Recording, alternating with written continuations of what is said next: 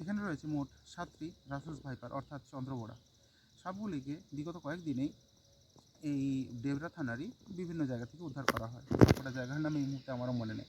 যাই হোক, আজকে 24 ডিসেম্বর 2024 সাপগুলিকে একটা উপযুক্ত পরিবেশে মুক্ত করা হচ্ছে।